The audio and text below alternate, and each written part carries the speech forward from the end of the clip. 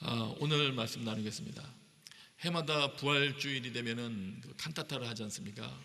우리 또 2부 섬기시는 사역팀도 아주 멋진 그런 칸타타를 공연해 주셨었죠.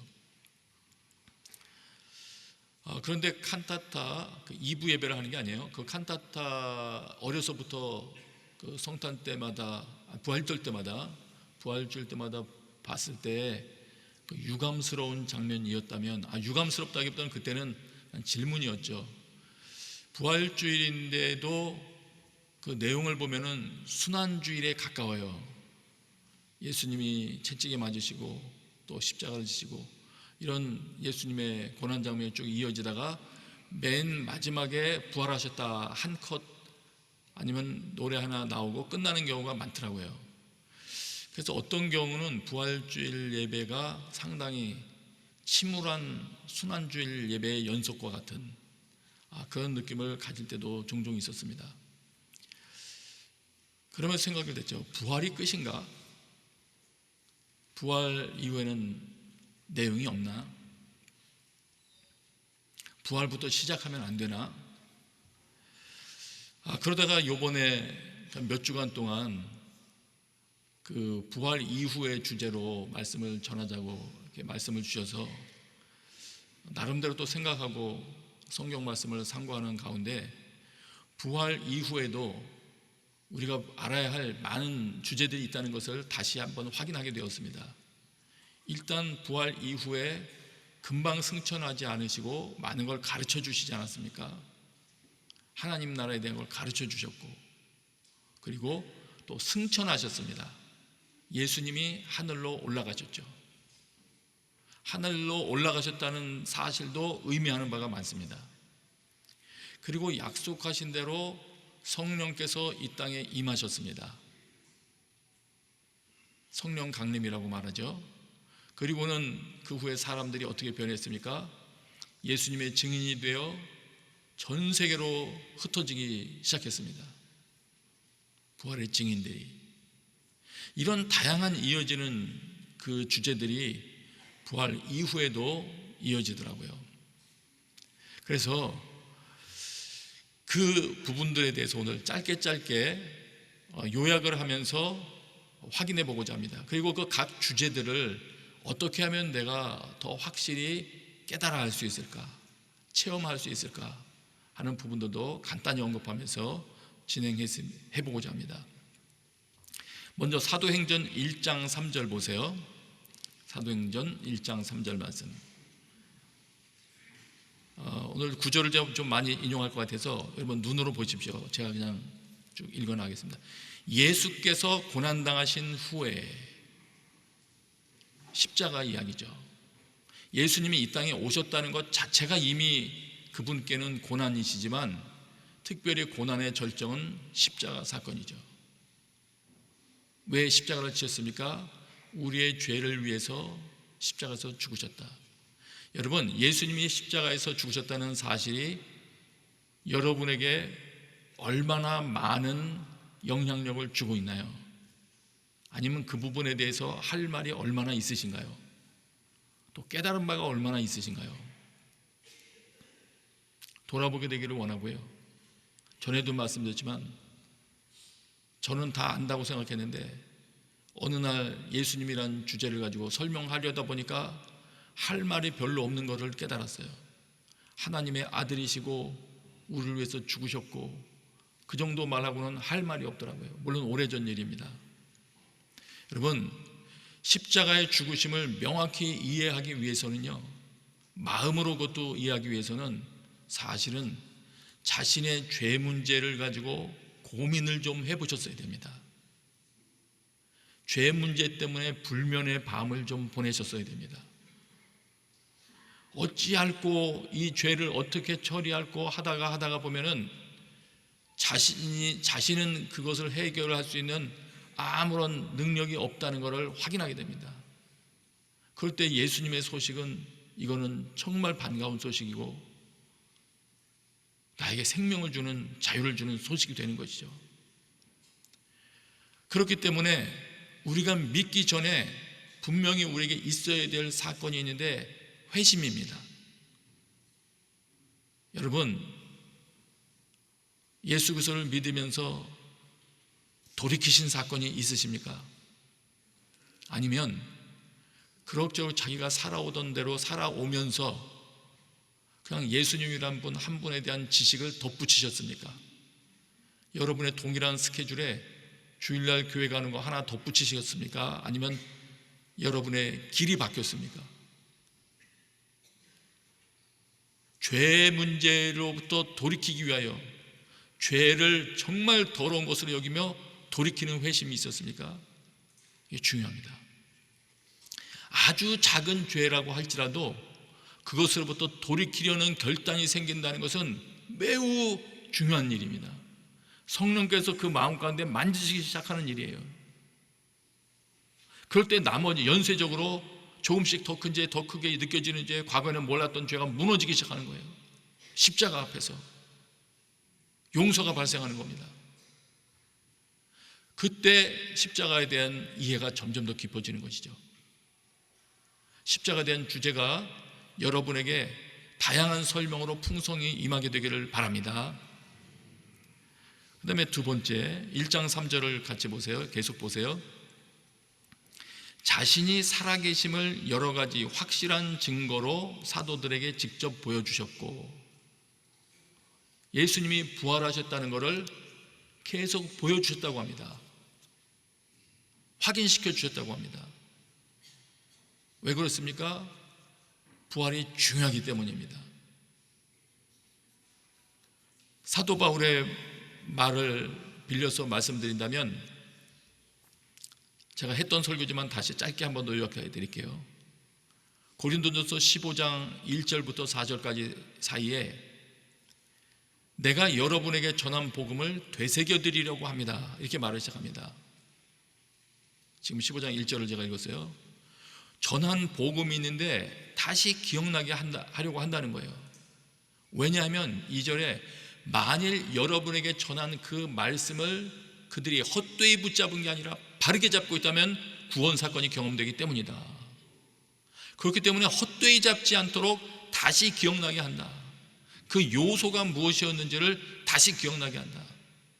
헛되이 잡는다는 것은 복음을 들었으나 그 복음이 오늘 나의 삶에는 아무런 연관성이 없는 상태로 내 안에 남아있는 것을 말합니다. 헛되이 믿지 않았다면 여러분은 그 복음으로 구원을 받습니다. 헛되이 믿으면요, 문제가 있겠죠. 그 말씀이 아무런 영향력을 내 삶에 끼치지 않고 있다면요, 뭔가 문제가 있겠죠. 그러면서 계속 말을 이어갑니다. 내가 전해받은 가장 중요한 것을 여러분에게 전했습니다. 그러면서 여러분이 잘 아는 두 가지 말이 이어지죠. 예수께서 말씀대로 우리 죄를 위해서 죽으셨다. 그리고 말씀대로 3일째 되던 날 다시 부활하셨다. 이거를 가장 중요한 것이라고 설명하면서 사도 바울께서 말씀을 하십니다. 이 말은 무슨 얘기냐면, 이 말을 헛되이 믿지 않았다면 하면서 십자가의 죽으심을 이야기하시고 부활을 이야기하셨다는 것은 예수 그리스도의 십자가와 관련된 내용과 예수 그리스도의 부활과 관련된 내용이 내 안에 온전한 믿음을 형성하는 중요한 요소로 자리 잡고 있어야 된다는 걸 의미하는 것입니다. 선택사항이 아니고 그래야 된다는 것입니다. 여러분, 오늘 여러분 믿음을 다시 되돌아보실 때 예수 그리스도의 십자가와 관련된 풍성한 설명과 믿음, 예수님의 부활과 관련된 풍성한 설명과 믿음이 여러분 중심에서 발견되게 되시길 바랍니다. 없으면요, 기도해야죠. 눈을 열어주십시오. 구해야죠. 어떤 때 이 부활에 대한 게 더 깨달아집니까? 선교사님들 경험이나 또 주변에 믿는 자들 많은 경험을 살펴봐도 그렇고, 예수님을 믿기 시작한 이후에 부활은 믿지 못하겠다는 사람들이 꽤 많이 있으시더라고요. 혹시 여기도 그런 분들 계신지 모르겠어요. 그러나 떠나지 마시고 그 자리에 남아 계시면 마침내 하나님께서 부활에 대해서도 눈을 열어주실 거예요. 하나님께서 그 부활을 체험시키기 위해서 다양한 사건을 일으켜 주시기도 하십니다. 어떤 사람은 자기 딸이 죽을 뻔했다가 그가 살아나는 사건을 보면서 와, 사람이 살아날 수 있겠구나, 예수님도 부활하실 수 있겠구나 하는 것을 생각하면서 예수님의 부활을 믿게 됐대요. 그런 사람도 있더라고요. 함께 선교지에 있던 어떤 사람은 초등학교 때 얼었던 연못에 지나가다가 빠졌습니다. 오랜 시간을 거기 있었어요. 동네에 가서 아이들이 부모님을 모셔올 때까지니까 시간이 많이 걸렸겠죠. 시간이 꽤 흐른 후에 부모님이 와서 장대를 시신이라도 건지려고 속에다 밀어 넣었는데 물에 빠졌던 아이가 장대를 붙들고 나왔어요. 장대에 매달려서 나왔어요. 놀라운 일이죠. 살아났습니다. 간호사가 돼서 선교지에 나왔더라고요. 그것을 보면서 이런 일이 있구나. 또 제가 아는 선교사님 한 분은, 이분은 체험으로 부활 사건, 부활의 생명을 체험하신 분인데 중간에 수술도 하게 되고 몸이 너무너무 약해지셔가지고 저는 걱정을 했습니다. 저분 이제는 사역을 못 하시겠구나. 어떻게 해야 되나. 몸이 너무 약하시구나. 그런데 어느 날 이분이 부활과 관련된 설교 말씀을 듣다가 설교하시는 분이, 물론 방송 중에서 나오는 말이에요. 누워서 듣고 있는데 일어나라라고 말을 명령했을 때 아멘 그러고 이분이 일어났어요. 근데 놀라운 거는 아멘하고 일어나는데 다리에 힘이 들어가더래요.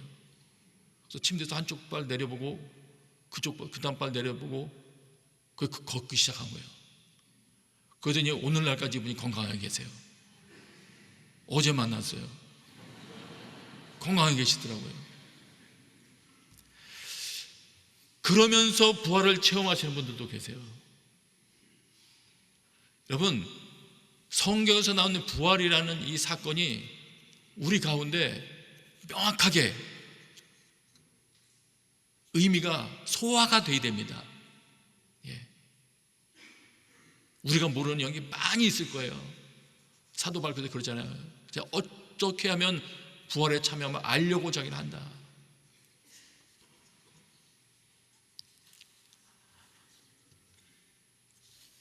그 다음 1장 3절 계속 보시면 40일 동안 그들에게 나타나 하나님 나라에 대한 일을 말씀하셨습니다. 그러니까 중요한 주제들이 부활 말고도 계속 나오는 거예요. 지금 이번엔 하나님 나라에 대한 일. 예수님께서 하나님 나라에 대해서 생전에도 많이 가르쳐 주셨는데 40일 동안에 집중적으로 요약 핵심 정리를 해 주셨을 거예요. 엠마오에 가던 제자들이 예수님 설명 듣고 눈이 밝아지고 가슴이 뜨거워졌던 걸 생각하면 이 시기에 하나님의 나라에 대한 일을 다시 들었던 사람들은 복이 있는 거죠. 뜨거워졌을 거예요. 막 눈이 막 열렸을 거예요. 네. 여러분, 하나님 나라라는 건, 하나님의 통치라는 건 여러분 많이 들어서 배우셨잖아요. 그러면 질문을 해야죠. 하나님 나라가 얼마나 중요하면 이렇게 40일 동안 또 가르치셔 주셨는데 여러분은 하나님의 통치를 받고 있다고 말을 할 수 있습니까? 하나님의 통치를 현재 진행형으로 받고 있는 사람이 구원받은 사람이라고 말할 수 있는 것입니다. 여러분 가정은 하나님이 주인이십니까? 생각해야 됩니다. 그렇게 하면 좋다는 걸 알고 있다는 겁니까? 그렇다는 겁니까? 우리가 물어야 될 질문입니다. 구원은 하나님이 우리를 다스리시는 상태이기 때문이에요. 말씀하셨어요.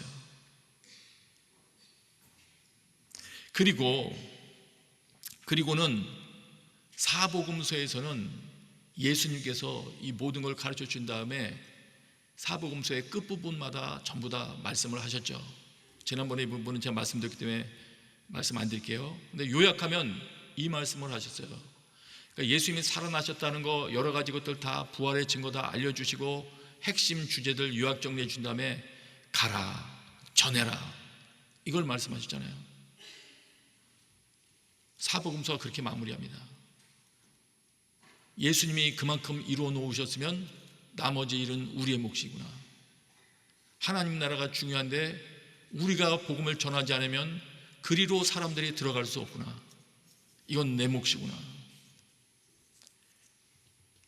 예수께서 말씀하셨습니다. 가라 그러시면서 보라, 내가 세상 끝날까지 너희와 항상 함께 있을 것이다. 정말 하나님이 함께 계시면 무엇을 경험하게 되는지 알기를 원하십니까? 그 현장으로 가면 경험이 빨라지는 거예요. 복음을 전파하는데 주께서 그들과 함께 일하시고 표적들이 나타나게 하셔서 그들이 전하는 말씀이 사실임을 확증해 주셨습니다. 이 체험을 어디서 합니까? 복음 전하는 현장에서 합니다. 이런 경험을 하기를 원하시면 기도의 자리에 그냥 앉아있는 게 아니고 전하는 현장에 가시면 더 빠른 겁니다. 물론 그 자리에 가면 여러분들이 능력이 없다는 걸 깨닫기 때문에 열심히 기도하게 될 거예요. 기도하게 되면서 성령의 능력을 체험하면서 이 일도 경험할 거예요.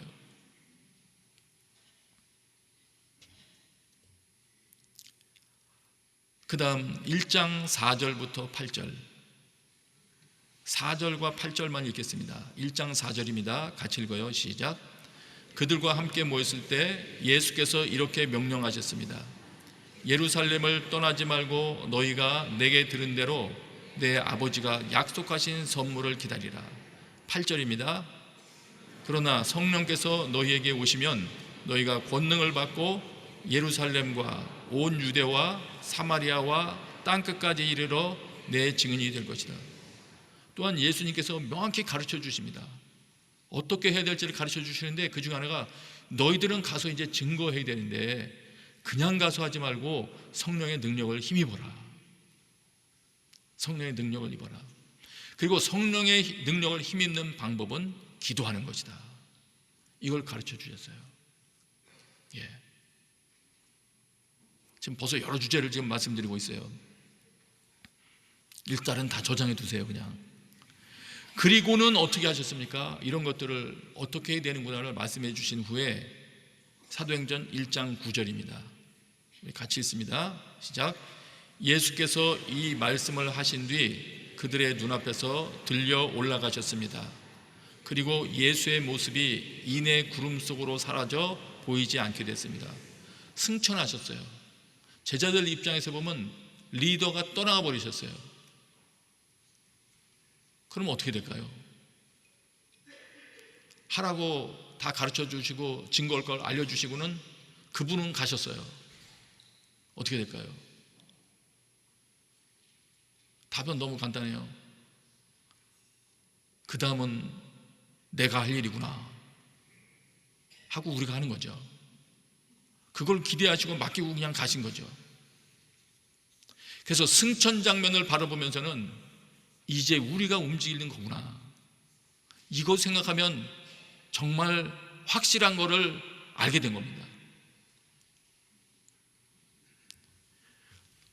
내 정체성을 새롭게 알게 된 거죠. 내가 증거할 자구나 이제. 그리고 놀라운 거 있어요. 분명히 성령 충만하라고 이야기는 하셨는데 우리가 성령 충만한지를 확인도 안 하시고 가셨어요. 그냥. 그리고 하래요. 기도하고 성령 충만 받는 건 누구 책임이에요? 그러니까 우리 책임입니다. 물론 성령님 주시는 거는 주님이 주셔야 되는데 기도의 자리로 나와서 주십시오는 우리 책임이더라고요. 그리고는 가셨어요. 승천이 가지고 있는 우리를 움직이게 하시는 엄청난 힘이 있는 겁니다. 제자들은 계속 하늘만 보고 있어요. 당황스러우니까. 떠나는 리더를 계속 바라만 보고 있었는데 옆에 흰 옷 입은 두 사람이 갑자기 등장해서 말합니다. 왜 여기 서서 하늘만 쳐다보고 있느냐? 멍하니 십자가만 보고 있으면 안 되겠습니다. 네. 그 다음 주님께서 승천하셨다는 것은 우리에게 또 다른 것을 가르쳐 주시더라고요. 성경은 이렇게 표현하거든요. 그는 자기 앞에 놓여있는 기쁨을 위해 부끄러움을 개의치 않으시고 십자가를 참으셨습니다. 히브리서 말씀이에요. 그래서 그는 하나님의 보좌 오른편에 앉게 되십니다. 승천하셔서 가신 곳이 어디냐? 하나님의 보좌 있는 곳이다. 그것도 알게 하고요. 통치하는 그 위치죠. 그것도 알게 하고 또 한 가지, 십자가의 삶을 살면은 하나님께서 일으켜서 저곳에 세워주시는구나. 나도 그렇게 살아야지. 길을 가르쳐 주시는 겁니다. 승천에 담겨 있는 내용들입니다. 종류가 너무 많아지니까 혼란스러워지기 시작하셨습니까? 조금 더 남았습니다. 그 다음 우리가 아는 것처럼 승천하신 후에 제자들이 모여서 열심히 기도하니까 어떤 일이 발생했죠? 약속대로 성령이 임하셨습니다. 성령이 왜 임하셨는지, 어떻게 임하셨는지 이것도 우리 알아야 돼요.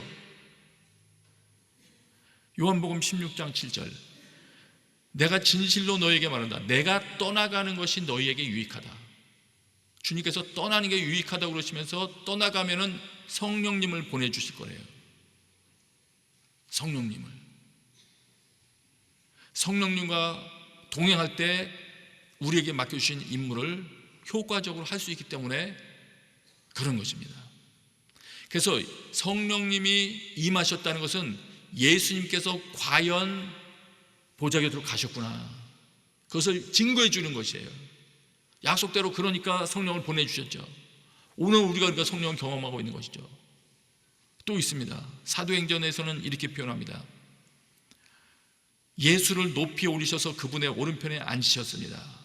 높임 받으신 예수께서는 아버지께서 약속하신 성령을 받아 우리에게 부어주셨는데 지금 여러분이 보고 듣는 바로 이것입니다. 이들이 성령 체험을 할 때 이 고백을 한 거예요.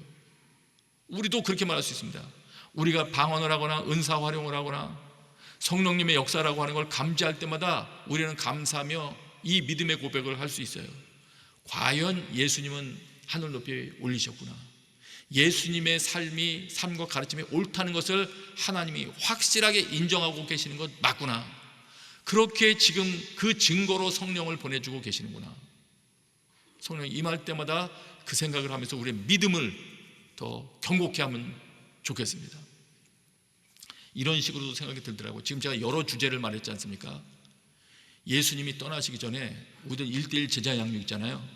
그런 것처럼 새로운 능력 제자 양육, 이 책을 하나 들고 오신 것 같아요. 한 주제 한 주제를 우리에게 알려주신 것 같아요. 그런데 그 주제를 다 배운 사람들은 어떻게 됩니까? 그리스도의 부활을 통해서 예수님이 옳다는 걸 확인하게 되고 또 부활을 증거할 많은 것들을 경험하게 된 다음에 성령으로 능력을 받자 뛰어나가서 증인이 됩니다.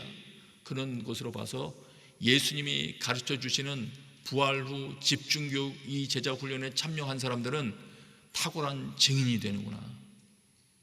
이 주제들이 우리에게 필요한 거죠. 각각의 주제들에 대해서도 하나님께서 주시는 능숙한 그런 기능도 있게 해주시고 또 깊은 깨달음도 있게 되시길 바랍니다. 그러면 이런 복음을 받은 자들이, 깨달은 자들이 예수님의 말씀에 따라서 나가서 전했거든요. 증거했어요. 십자가 부활을 증거했어요. 이 증거한 내용을 받아들인 사람들이 있거든요. 그렇습니까 하고 받아들여서 믿은 사람들이 있어요. 그 사람들은 어떻게 됐을까요? 받아들인 사람들, 안 받아들인 사람들은요? 당연해요. 받아들인 사람들은 변했죠. 그런데 어떤 식으로 변했느냐면 이렇게 변했어요. 예로 사도 바울 예만 드릴게요. 고린도후서 4장 8절 9절 보니까 사도 바울이 이렇게 고백합니다. 우리는 사방으로 환난을 당해도 절망하지 않고 답답한 일을 당해도 낙심하지 않습니다. 핍박을 당해도 버림받지 않고 넘어뜨림을 당해도 망하지 않습니다. 지금 현재는 많은 환난이 있어도 갑자기 의연해진 거예요. 괜찮아, 이렇게 된 거예요. 그러면서 내가 말씀을 지키려다 보니까 이런 일이 생기는데 그럴 수 있어. 나는 이 길 갈 거야. 어떻게 이런 일이 생길 수 있었을까요? 사도 바울 입술에서 나오는 고백으로 보면 이렇게 말합니다. 4장 14절에 주 예수를 살리시니가 예수와 함께 우리도 살리시고 여러분과 함께 그 앞에 서게 하실 것을 우리가 알기 때문입니다. 다시 말하면 예수님을 부활시키신 하나님께서 예수님과 함께 나도, 예수님뿐만이 아니에요, 나도 부활시키실 것이라는 것에 대한 믿음이 생긴 거예요. 부활에 대한 새로운 눈이 열린 거예요. 하나님께서 마지막 때에 이 땅에서 어떻게 살았느냐를 가지고 결산하셔서 새로운 삶을, 새로운 몸을 주셔서 살게 하신다는 것에 대한 눈이 열린 거예요. 말하자면 삶에 대한 시각이 바뀐 것이죠. 그렇기 때문에 부활을 믿는 믿음이 오늘 영향을 미칠 수 있는 것입니다. 어떤 분이 질문했어요. 그래서 부활신앙을 갖고 산다는 게 도대체 뭡니까? 이렇게 사는 겁니다. 부활에 대한 믿음이 내 안에 명료해지고 명료해질수록 오늘을 말씀 붙들고 살 힘을 얻게 됩니다. 원하기는 오늘 이 공간 안에 있는 모든 이들이 우리의 시각이 통째로 바뀌는 이런 하나님의 은혜를 경험하게 되기를 바랍니다. 그런데 성경을 보니까 이 부활신앙으로 살아간다는 것이 지금까지 제가 말씀드린 거 보면 바울이 주 예수를 살리시니까 우리도 살리시고 이런 어떤 부활의 믿음을 갖게 되니까 막 그 능력을 그런 어려운 환경에서도 그것을 극복하며 나갔는데 그 자동으로 이루어지는 힘이 막 어디선가 신비적인 힘이 생기는 거 아닌가 이렇게 생각할 수도 있을 거예요. 근데 그렇지 않더라고요. 조금 전에 고백한 그 사도 바울이 다른 곳에서 이렇게 고백합니다. 골로새서 3장 1절이에요. 그러므로 여러분이 그리스도와 함께 살리심을 받았으니 위에 있는 것들을 추구하십시오. 여러분이 그리스도와 함께 살리심을 받았으니 이거 엄청난 거잖아요. 부활을 경험한 거 아니에요? 완전히 체험한 거. 근데 체험한 사람들에게 당신이 부활을 체험했으니까 부활신앙으로 살아가는 삶이 자동으로 이루어질 것입니다 이렇게 말을 안 하고요. 그렇게 되었으니 위에 있는 것들을 추구하십시오. 우리가 해야 될 부분을 알려주세요. 그러므로 땅에 속한 지체들을 죽이십시오. 그것들은 음행과 더러운 것과 정욕과 악한 욕망과 탐심입니다. 탐심은 우상숭배입니다. 이런 거 하지 않고 떠오르면 그것을 누르고 하는 이런 모든 것들, 지체들을 죽이십시오라는 표현에 해당되는 모든 것들은 우리가 이 땅에서도 해야 되는 일이더라고요. 그러면 부활신앙으로 살아간다는 것은 무엇이냐? 부활신앙에 대한 걸 우리가 믿음으로 한편으로는 받아들이고, 그리고 한편으로는 주님께서 부활한 정체성을 가진 사람들은 이렇게 살아간다라는 걸 알려주셨을 때, 주님 그렇다면 나는 이 길로 걷겠습니다고 우리가 발걸음을 내딛기 시작할 때 하나님께서 놀라운 체험을 허락해 주시는 것입니다. 그렇게 살아가는 것이 부활신앙이에요. 조금 더 있어요. 그렇게 살아가면 그럼 계속 우리 그렇게 살다가 끝납니까? 그게 아니더라고요. 사도 바울은 이렇게 고백해요. 아까 읽었던 고린도후서 4장이에요. 우리는 항상 예수의 죽으심을 몸에 짊어지고 다닙니다. 어려움을 그냥 가지고 살아가는데 이유를 이렇게 말해요. 이는 예수의 생명 또한 우리의 죽을 몸에 나타나게 하려는 것입니다. 우리 살아있는 사람들이 항상 예수 때문에 죽음에 넘겨지는 것은 예수의 생명 또한 우리 죽을 육체 안에 나타나게 하려는 것입니다. 아마 사도 바울이 그걸 체험했나 봐요. 아까 말씀드린 선교사님의 경험처럼 뭔가 믿음으로 한 걸음을 내딛기 시작했을 때 부활의 능력을 공급해 주셔서 다시 살아나는 뭔가 경험을 이 땅에서도 하신 것 같아요. 이 일이 우리들 가운데도 일상적으로 일어날 수 있기를 기도합시다. 네. 부활하신 예수 그리스도가 지금 통치하시는데, 성령님을 보내주셨는데 이 부활의 능력이 오늘도 경험할 수 있도록, 그래서 나도 예수님의 생명이 내 죽을 몸에 나타나게 해드리기 위하여 오늘 나는 자아를 부인하고 죽음의 날을 넘겨줍니다. 기쁨으로 고백할 수 있도록 그렇게 되기를 바라요. 마지막 하나는 더 말씀드릴게요. 그러므로 이 증인들이 전하는 말을 받아들인 사람은 이런 엄청난 사람으로 다 변화됐기 때문에 그들이 또 집에 가서 했으면 그 가정도 변하고 엄청난 변화가 일어났을 거 아니에요. 사탄이 가만히 있을 리가 없죠. 마귀는 이렇게 할 겁니다. 고린도후서 4장 3절 4절을 읽겠습니다. 고린도후서 4장 3절 4절입니다. 같이 읽어요. 시작. 우리의 복음이 가려져 있다면 그것은 멸망하는 사람들에게 가려져 있는 것입니다. 그들로 말하자면 이 세상의 신이 믿지 않는 사람들의 마음을 혼미케 해 하나님의 형상인 그리스도의 영광스러운 복음의 빛이 그들을 비추지 못하게 한 것입니다. 요약만 해서 말씀드리겠습니다. 마귀는 복음의 빛이 나에게 비추어지는 것, 그래서 내가 깨닫게 되는 것을 싫어한다. 당연하죠. 그것을 내가 증인이 되어 전하기 시작하면 수많은 사람들이 깨어날 건데 마귀가 좋아할 리가 없죠. 그래서 어떻게 하냐? 그 복음을 가리우려고 노력을 할 것이다. 복음의 근데 중요한 핵심 요소가 뭐라고 그랬습니까? 예수 그리스도의 십자가와 부활이 거기 들어있거든요. 어떻게 해서든 예수님의 십자가를 조금이라도 모르게 하려고 할 것이고, 조금 아는 듯 싶으면 너무 많이 알아서 됐어, 마침표를 찍게 하려고 할 것이고, 부활에 대한 것도 조금 알고 난 다음에 너무 많이 안 거야, 마침표. 그렇지 않습니다, 여러분.